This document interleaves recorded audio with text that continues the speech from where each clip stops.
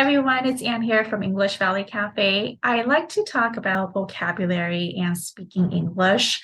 One thing that I've noticed that a lot of my students struggle with is being able to use the words that they've learned and put it into use, being able to use the word, remember the word when they are speaking. And I like to talk about this. I know most of us, including myself, when we learn new words, we like to keep notebooks or a list of vocabulary that we come across. And I think these days, a lot of people use apps to keep track of the words that they've learned. So I think having these notebooks and writing down like the word, the definition, example sentences, and the parts of speech of these words are a great way to reinforce our memory, to help us remember this word.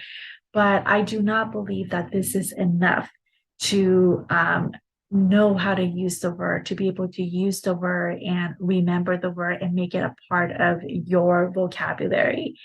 So, what I really want to encourage you to do is, in addition to having all these notebook and making list of these words, is to be able to use these words because you won't be able to remember things unless you use them.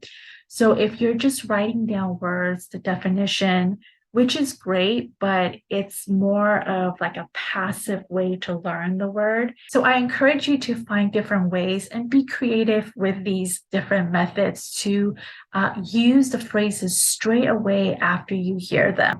Make that connection of this new word that you learned to your personal experience because by making that meaningful context, you are able to relate to the word better and you are able to remember the word. So, instead of just having that word in your notebook, try to start experimenting with the word, making connections, using the word.